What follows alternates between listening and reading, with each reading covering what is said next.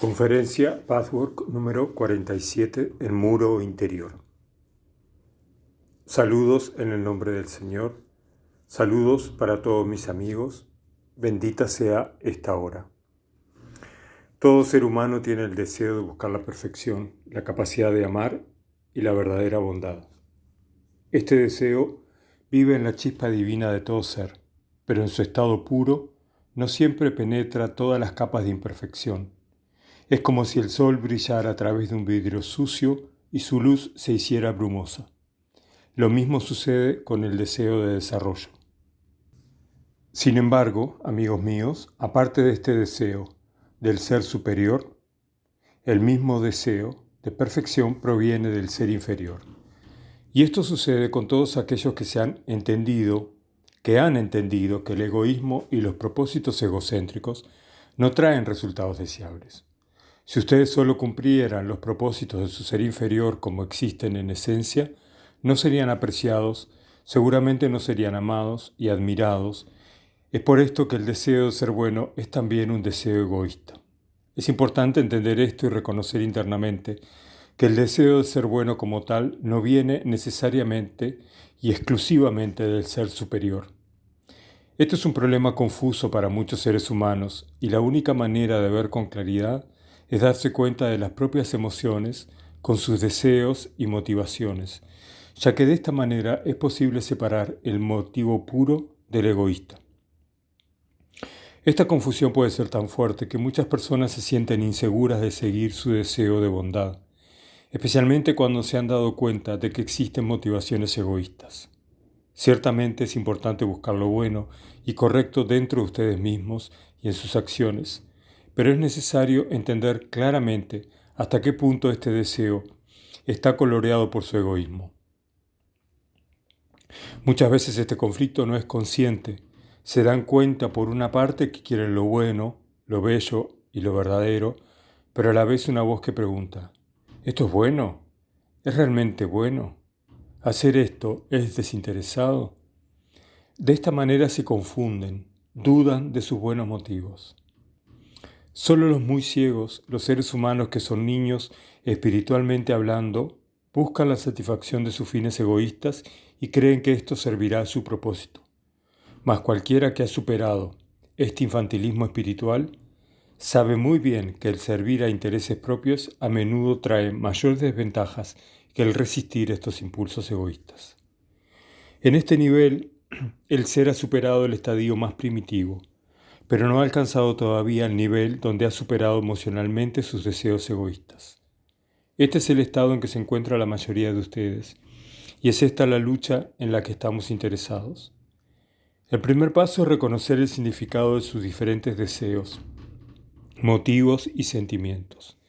De ahí en adelante, el camino se vuelve más fácil. Se trata de reconocer cuándo el deseo de bondad viene de su chispa divina y cuándo no.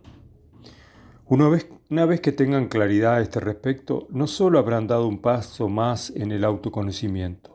Este reconocimiento, que ciertamente no es adulador o agradable, les dará paz interior. Esto sucede desde el momento en que acepten completamente que el egoísmo ocupa en ustedes un lugar mayor al que están dispuestos a reconocer. Una vez que aceptan lo anterior y se bajan del sueño de querer ser más perfectos de lo que actualmente son, empezarán a enfrentarse a ustedes mismos en el verdadero sentido de la palabra. Esto es saludable, y la salud emocional o de cualquier otro tipo seguramente tendrá un efecto positivo en ustedes. Es real y la verdad es reconfortante una vez que uno se ha hecho la idea de no pelear más con ella. En la medida en que el ser humano se desarrolla espiritualmente y madura emocionalmente, el autoconocimiento continúa a niveles más profundos. En los niveles más superficiales de desarrollo, lo bueno se hace externamente, pero con ideas egoístas y malignas, de manera consciente. Al confrontar esto, puede haber dos tipos de reacciones. En este camino, uno trata de aceptar cómo es uno en este momento, con un espíritu de verdadero entendimiento y humildad, y también trata de aceptar la incapacidad de cambiar de inmediato. Se tiene el valor de aceptar que la perfección está todavía muy lejos, a pesar de todas las obras buenas que se hagan principalmente para cumplir externamente y ganar admiración.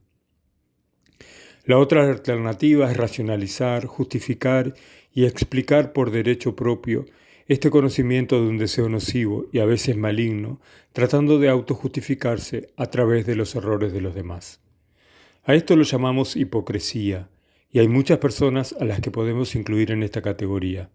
Pero estos tipos son tan grotescos y elementales que no vamos a preocuparnos por esta categoría. Se explica a sí misma y no necesita más discusión. El asunto se vuelve más complicado cuando la misma hipocresía es más sutil y se esconde profundamente. Los buenos deseos se imponen a los deseos egoístas, los cuales se suprimen y se mantienen inconscientemente, en parte debido a los sinceros esfuerzos del ser superior y en parte por motivaciones egoístas. Aquí empiezan los conflictos humanos que enferman y debilitan el alma. Esto nos interesa, ya que no hay un ser humano al que no se aplique lo que aquí les digo. Entre más mantengan reprimidos sus motivos egoístas, más confusión y desorden se manifiesta en ustedes. Quiero decir en este punto que existe un malentendido básico. Se dan cuenta que la primera categoría que hemos mencionado anteriormente, la forma más primitiva de hipocresía, es desagradable y por tanto suprimen sus emociones verdaderas debido a que piensan erróneamente que no hay otra alternativa. O bien tratan de sacar de la conciencia esos deseos inadecuados porque, así piensan, tendrían que ser como esos a los que no admiran por sus actitudes. Están simplemente ignorando la posibilidad de una tercera alternativa, que es la única saludable. Esta alternativa les lleva a la perfección que desean, enfrentando y admitiendo los deseos inadecuados sin caer en ellos, sin suprimir su existencia. Al principio, este procedimiento parece difícil. Implica el explorar sus emociones, buscar su significado, enfrentar todo lo que han evitado. Entre más honestidad hayan aprendido para consigo mismos, penetrarán más profundamente hasta el centro de su alma. Pero hasta que este centro pueda alcanzarse, es necesario que hagas muchas cosas. En cualquier parte donde lo consciente esté separado de lo inconsciente, las emociones, opiniones, pensamientos, conclusiones y deseos, podemos ver una pared en el alma humana, una pared que separa lo consciente de lo inconsciente. Todos ustedes saben que los pensamientos y sentimientos crean una forma de materia sutil, que es una sustancia real. Así que esta pared es una realidad, y muchas veces una realidad más significativa que la de su materia, ya que su materia es más fácil de destruir que algunas de estas paredes. Lo que hay de este lado de la pared es lo que ustedes ven y lo que conocen. Tras ella, guardan todo aquello que resulta incómodo enfrentar. Ahí guardan no solo sus defectos y debilidades, sino todo aquello que les confunde y asusta. Debido a una conclusión inconsciente equivocada, continúan temiéndole a este material y evitan enfrentarlo. Todo esto está cancelado detrás de la pared. ¿Cuál es la sustancia espiritual de esta pared? La sustancia espiritual no es un material que ustedes han escogido como cuando construyen algo en el mundo material. En este caso escogen el material de acuerdo a sus gustos y necesidades, y el material no tiene que ver con ustedes. La sustancia espiritual, por otro lado, es el resultado de su pensamiento, sentimiento, de su ser. Esto es lo que le da forma. No pueden usar algo que no tienen, y solo tienen aquello que son ustedes. La sustancia de esta pared es en parte su buena voluntad poco efectiva debido a conclusiones erróneas y a la ignorancia. No se olviden que el propósito de esta pared es mantener escondido todo lo negativo. Y una de las motivaciones de este deseo es la buena voluntad aplicada equivocadamente. En parte está formada también de cobardía, orgullo, voluntarismo e impaciencia. La impaciencia surge debido a que en su ignorancia piensan alcanzar la perfección simplemente construyendo una pared que esconda todo aquello que tomaría mucho tiempo y esfuerzo eliminar verdaderamente. Son impacientes y flojos para deshacerse de lo que está detrás de esta pared. Todo esto forma parte de las razones y los materiales que conforman la pared de su alma. Al ir progresando en el camino del autoconocimiento y la perfección, poco a poco irán sacando de atrás de la pared algunas tendencias y actitudes, trayéndolas a la conciencia. El proceso por el cual se logra esto ya lo saben. Es el trabajo que yo apoyo y enseño. Con este proceso, entre más salgan de atrás de la pared, estará disminuyendo y habrá menos material escondido. Este es un buen trabajo, y la manera de hacerlo es seguir adelante hasta que salga más y más de lo que está escondido. Esta pared debe desintegrarse algún día si ustedes quieren ser individuos íntegros, verdaderamente sanos, en todo el sentido de la palabra. Mientras sigan manteniendo partes de esta pared dentro de ustedes, independientemente de lo mucho que la hayan hecho retroceder, no podrán ser íntegros. No estarán funcionando como Dios espera que funcionen. Es por esto que el destruir la pared interior debe ser su meta. En la mayoría de los casos esto no puede lograrse de inmediato, y si se intenta hacer de este modo, las personas pueden sufrir un colapso y muchas otras complicaciones. Por ello, si se desea retirar esta pared, es aconsejable ir sacando lo que está detrás, ya que así no solamente se logra que la pared se vaya retirando, sino que a la vez se debilita la sustancia con la que está hecha. Si este trabajo no se realiza de manera adecuada, quizá uno tenga éxito en lograr que la pared retroceda un poco y en sacar alguna de las cosas que se esconden tras ella, pero permanecerá ahí con toda su fuerza, tal vez haciéndose aún más fuerte.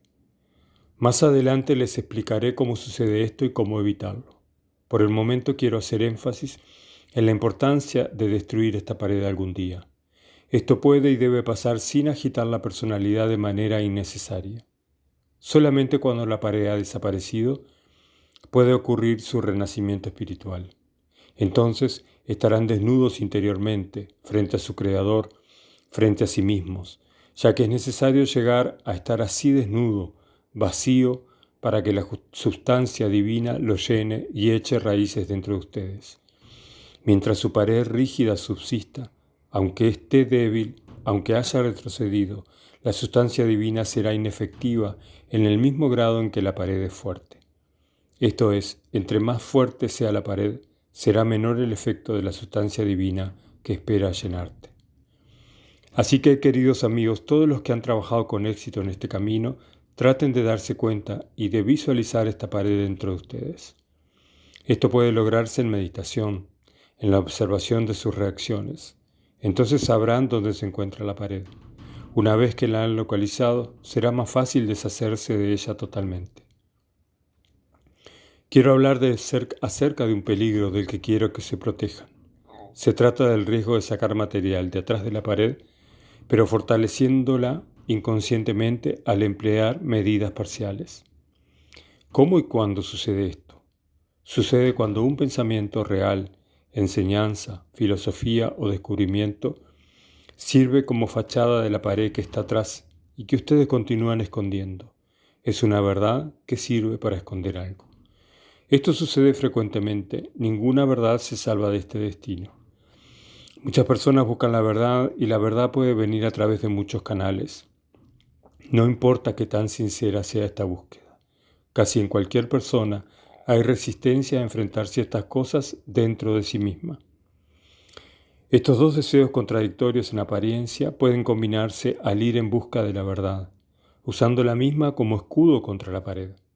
Pueden esconder sus defectos, sus conflictos emocionales, sus miedos y tendencias negativas atrás de una verdad. Esto es fácil de reconocer en las versiones burdas. Lo reconocen en un fanático, en cualquiera que se adhiere a un dogma de cualquier religión.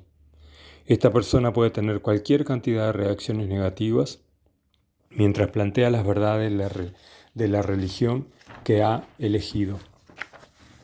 No se olviden de que en principio ocurre casi lo mismo en todos los seres humanos, solo que de una manera más sutil. Si se vuelven sensibles, si elevan su intuición, escucharán y notarán cuando alguno de sus hermanos o hermanas lo hace y se sentirán incómodos ante ello.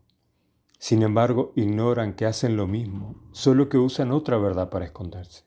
Esta verdad puede ser religiosa, espiritual, metafísica, filosófica. Puede ser ética o moral pura, sin implicaciones religiosas.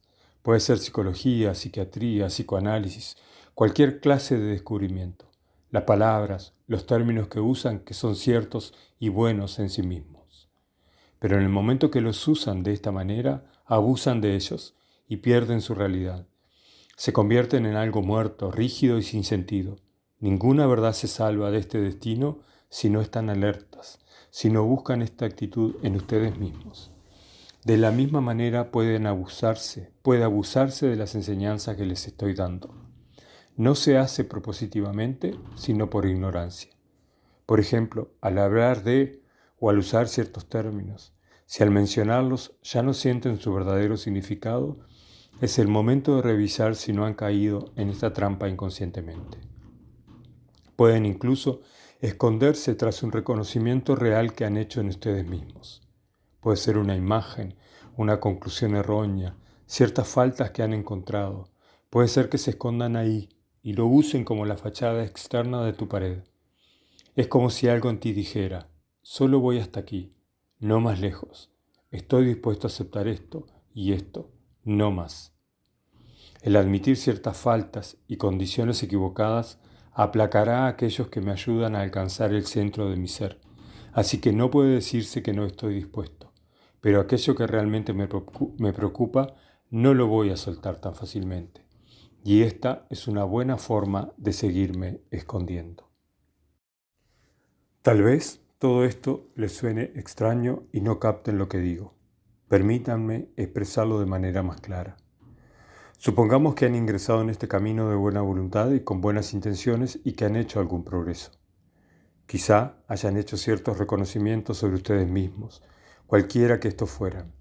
Digamos también que han superado el nivel en el cual su resistencia para enfrentarse a sí mismos se manifiesta a través de excusas y racionalizaciones para no seguir este camino, a pesar de que lo han buscado. En este primer estadio, la psique encuentra todo tipo de excusas, dudas e incapacidades. Al superar este estadio, han roto la primera resistencia y han empujado la pared hacia atrás considerablemente, permitiendo que se filtre cierta información. Han superado la resistencia inicial y están embarcados en este camino. Antes solo estaban tratando de tomarlo. No piensen que la resistencia se ha superado para siempre, ya que mientras tengan la pared interior, la resistencia es inevitable. Solo la forma y manifestación será diferente. Mientras antes tenían todo tipo de dudas, temores, excusas y pretextos para entrar en este camino, ahora trabajan y descubren cosas de sí mismos, pero mantienen la misma reserva, y para justificarla toman los descubrimientos que han hecho hasta ahora y los refuerzan. Quizá los hagan crecer fuera de toda proporción y significado para evitar profundizar. Usan estas mismas palabras una y otra vez hasta que se vuelven rígidas y no les proveen de la fuerza vital. Cualquier verdad debe hacer esto. Si no lo hace, si las palabras se han vuelto automáticas, es el momento de examinarse desde este punto de vista y encontrar su pared. Una vez que estén conscientes de ella, pueden emprender una batalla sana contra su ignorancia y resistencia. Solo ustedes pueden saber cuándo y cómo se esconden tras la pared y qué verdad están usando para hacerlo. Solamente examinando sus sentimientos, escuchando sus emociones, pueden obtener la respuesta. El hecho de que hayan superado la resistencia inicial y ganado su primera batalla es en la mayoría de los casos un acontecimiento que indica que no abandonarán este camino. Sin embargo, no indica que no hay otras resistencias esperando, otras batallas que requieran ganarse. Aunque nunca dejen este camino, pueden atorarse en algún punto en el cual siempre den vueltas, sin profundizar. Esto pasa cuando la verdad y los descubrimientos reales se usan para esconderse. El inconsciente se opone congénitamente a dejar atrás sus evasivas. Le parece que existe un peligro considerable al salir a la luz y a exponerse. Es ignorante y saca conclusiones erróneas sobre este asunto y muchos otros. Por tanto, se opone a que la pared se desmorone y usa de todo tipo de artimañas para obstaculizar el trabajo en esa dirección. No importa que tan fuerte sea su voluntad. Mostrarles el punto de peligro en este momento puede ser una indicación valiosa para muchos de mis amigos. enseñarles en qué dirección buscar dentro de ustedes mismos para lograr más adelante otras victorias y penetrar más profundo en sus almas. Esto les permitirá a muchos evitar el estancamiento, ya que ahora sabrán desde qué ángulo enfocarse a sí mismos. ¿Les queda claro, mis amigos? ¿Tienen alguna pregunta en relación a este tema? Si no hay ninguna ahora, tal vez después de que lean la conferencia y reflexionen sobre ella, formularán algunas la próxima vez. Piensen bien acerca de lo que les he dicho. Existe un peligro oculto, un peligro sutil. Si tienen verdaderamente el deseo de derrumbar la pared, de vaciar y desnudar su alma, entonces podrán sentir claramente dónde y de qué manera existe su propia pared. Es siempre más fácil sentirla en otra persona, pero uno es totalmente inconsciente de ella en uno mismo. Ustedes se pueden esconder tras una verdad diferente, detrás de un reconocimiento distinto, pero de cualquier manera están escondiendo tanto como la otra persona. Considérenlo en sus oraciones, mis amigos. Pídanle a Dios que les ayude primero a encontrar la pared y posteriormente pídanle que les dé la valentía y humildad para derribarla. Ahora, antes de entrar a las preguntas, quisiera decirles que se ha materializado un plan y debe formarse un segundo grupo pequeño, similar al primero, al llamado círculo interior. Esto sería muy recomendable, ya que ustedes podrían lograr mucho en ese trabajo común del grupo. Podrían ayudarse unos a otros. Cualquiera de ustedes que esté trabajando en grupo para identificar imágenes debe tener un trabajo grupal adicional donde puedan discutir sus problemas, sus dificultades y éxitos. Al mismo tiempo, formar un tipo de hermandad ayudaría a muchos. Nosotros alentamos y bendecimos esta iniciativa. Y ahora, mis amigos, estoy listo para las preguntas. Pregunta: ¿existen corrientes en el sentido psicológico de la palabra que el inconsciente o la conciencia utiliza como instrumentos? En otras palabras, ¿es la mente consciente o inconsciente un instrumento? ¿Están conectadas y son idénticas? Respuesta: no podemos decir que sea de una forma o de la otra. Una corriente es el resultado de sus sentimientos, pensamientos, emociones y actitudes. Es la suma total de sus rasgos conscientes e inconscientes. Es aquello que los gobierna, conduce su vida y lo que les pasa en ciertos canales. Tomemos, por ejemplo, la corriente del voluntarismo. Está allí, ustedes la usan, no importa si consciente o inconscientemente. El uso del voluntarismo crea una corriente y esto provoca un efecto.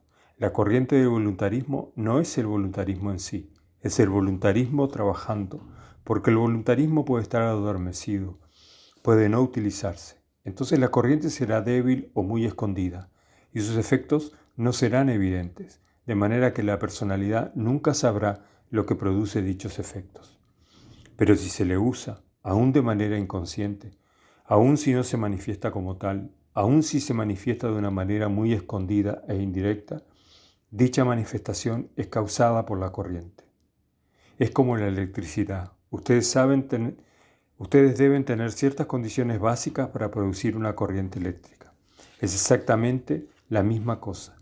La corriente eléctrica es un resultado de las condiciones que le posibilitan su existencia. ¿Está claro? Pero ¿puede ser la mente consciente o inconsciente un instrumento o un depósito de la misma? Bueno, un depósito no es lo mismo que un instrumento.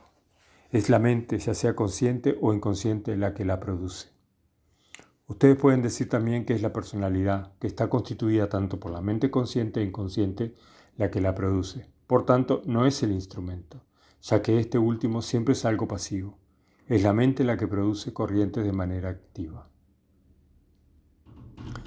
Pregunta: ¿en qué momento termina una exigencia y empieza un deber? ¿Cómo puede uno distinguir ambos? Respuesta: la exigencia o la compulsión es siempre un resultado de motivaciones falsas, mezcladas o confusas.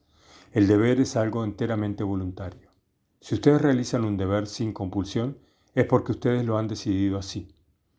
Puede ser algo a lo que la vida los haya forzado, pero una vez que hayan reconocido que no se puede vivir la vida enteramente como ustedes quieren, que la vida siempre trae ciertas situaciones y predicamentos que uno tiene que aceptar independientemente si a uno le gustan o no, La actitud más saludable es decir sí a la vida como viene. Entonces ustedes aceptarán voluntariamente ese deber. Por otro lado, si no lo aceptan emocionalmente y cumplen con el mismo porque no les queda otro remedio, están actuando bajo una compulsión, en contra de su voluntad, y entonces se convierte en una exigencia. Les he enseñado ya, por ejemplo, que las imperfecciones de la vida deben aceptarse de esa manera. Esto incluye muchas cosas que se vuelven deberes. Aquella persona que constantemente se rebela en contra de estas imperfecciones, pero que sin embargo se ve forzado a enfrentarlas, aun cuando su rebelión sea inconsciente, lo está haciendo en contra de su voluntad. Entonces se enfrenta ante la exigencia de aceptarlas, porque la vida lo fuerza a ello. No puede hacer nada en contra y actúa como un niño al que se le fuerza a obedecer en contra de su voluntad. La actitud madura es la que tiene que ver con la libertad. Esa verdadera libertad que no significa precisamente hacer lo que a uno le plazca, sino aceptar lo necesario con un espíritu que internamente dice sí a ello. En otras palabras, el límite entre ambas cosas se encuentra en esa línea finísima que es decir sí a un deber impuesto o inevitable, o bien luchar en contra del mismo y verse violentado a aceptarlo en contra de la propia voluntad. Hay muchas situaciones que les pueden desagradar, pero hay que considerarlas como un deber, independientemente de si les gustan o no. La diferencia entre la obligación y el deber, asumido libremente, radica en esta actitud que les menciono. Pregunta: ¿cuál es el vínculo y cuál la diferencia entre el aura de una persona y su esfera o imagen anímica? Respuesta: son dos cosas completamente distintas. No tienen nada que ver una con la otra. La esfera se construye por los actos, pensamientos, actitudes, sentimientos, etc. de la persona, es decir, por su vida. No cambia rápidamente porque los cambios en la personalidad no se dan aceleradamente. Por tanto, la esfera es algo más estático. Es algo que se construye y se mantiene así hasta que la personalidad cambia. Es el producto de la propia vida, la cual se vuelve posteriormente el hogar espiritual. El aura es la emanación de la personalidad y no tiene nada que ver, al menos no directamente, con lo que ustedes construyen. Tal vez pueda ser mejor explicado diciendo que la esfera es el resultado de su actividad. Esta puede ser inconsciente también, es la actividad del alma. El aura es el producto de su estado pasivo, es el producto de aquello que en ustedes es el estado del ser. Es lo que ustedes son y no lo que ustedes hacen. Esta es la mejor explicación que puedo darles. No tengo otras palabras. En lo que se refiere a su manifestación, la diferencia puede ser muy evidente. Un clarividente puede ver el aura de una persona. Puede ver que emana de sus cuerpos sutiles y penetra en el cuerpo físico. Refleja la fluctuación de colores distintos, los diversos humores y enfermedades del cuerpo y del alma, el tipo básico de carácter que ustedes son. La esfera espiritual que construye gracias a sus actividades y puede ser vista por muy pocos clarividentes, aquellos que con nuestra ayuda se les ha dado ese don para cumplir cierto propósito. Es algo que no todos los seres humanos llevan consigo. No puedo expresarlo de otra manera. Sé que es difícil de entender, pero tienen que tratar de aprovechar estas palabras lo más posible. Pregunta: en relación a la conferencia sobre autoridad, ¿podría dar algún consejo a una persona que ha encontrado que ante cierta forma específica de autoridad, él acepta inconscientemente su ley, pero conscientemente la quiere transgredir al punto de llegar a un resentimiento agudo, un disgusto e intolerancia hacia esa autoridad particular? Respuesta: con mucho gusto responderé a esta pregunta. Este reconocimiento de que inconscientemente se asume la ley y de que existe una rebeldía hacia la misma a nivel consciente es básico, particularmente en contra de un cierto tipo de autoridad. Sin este reconocimiento nada se puede cambiar. El paso siguiente es aquello que yo les he dicho una y otra vez, que observen sus reacciones en la vida cotidiana, que piensen desde el siguiente marco de referencia. ¿Qué es lo que siento? ¿Cómo me gustaría ser? ¿Por qué reacciono de esa manera? ¿Qué es lo que está detrás de mis reacciones? ¿Cuáles son las emociones que me llevan a reaccionar de cierta manera en una situación y exactamente de la opuesta en otra? Porque a veces asumo la ley y a veces la quiero transgredir. cuando avancen en el trabajo de hacerse a sí mismos este tipo de preguntas y cuando finalmente tengan éxito al contestarlas, volviendo sus emociones conscientes y articuladas, entenderán niveles más profundos de su ser, que son los responsables de esas reacciones que han descubierto. Pero esto no es la respuesta final, solo conduce a ella. Realicen observaciones constantes y desapegadas de sus reacciones diarias. Encuentren sus actitudes hacia ellas y aprendan de las mismas hasta encontrar lo que subyace. Esto es en buena medida un agente curativo, pero si siguen haciendo la observación sin prisa y sin tensión de manera estable y perseverante, podrán ver además cuáles son las conclusiones erróneas vinculadas a estas actitudes. Lo más importante es reflexionar sobre estas conclusiones, ver de qué manera son incorrectas y pensar cuáles conclusiones serían las correctas. Al cultivar el pensamiento de esta manera y al observar la forma en que las emociones, que siempre trabajan más lento que el mecanismo mental, se siguen aferrando a los viejos patrones, las emociones irán cambiando gradualmente, aun cuando al principio es casi imperceptible. Es la única manera, mis amigos. En relación a esto me gustaría decirles algo que recientemente le comenté a una persona en una sesión privada, porque considero que puede ser importante para varios de ustedes. La autoridad no es solo aquello que emocionalmente representa a su enemigo, las fuerzas restrictivas que les prohíben hacer lo que ustedes desean. La autoridad también puede estar representada por las personas que ustedes más quieren, debido a que ustedes dependen de ellas. Esta es otra faceta que deben considerar y que se aplica a muchos de ustedes. Después de la infancia, este patrón se puede repetir en una versión diferente durante la vida adulta. La mayoría de ustedes experimentaron este patrón durante su infancia. Amaban a sus padres y estos eran su autoridad. Debido a que ustedes los amaban, surge el conflicto. Se preguntarán cómo resolver este problema, ya que ustedes no pueden hacer nada en relación al sentimiento de dependencia hacia los que aman y que por tanto se vuelven autoridad. La respuesta a ello es: examinen su amor, encuentren el justo medio. En un extremo está la incapacidad de darse y por tanto la incapacidad de amar. Hay mucho voluntarismo, un miedo a soltar el yo, la incapacidad de hacerlo.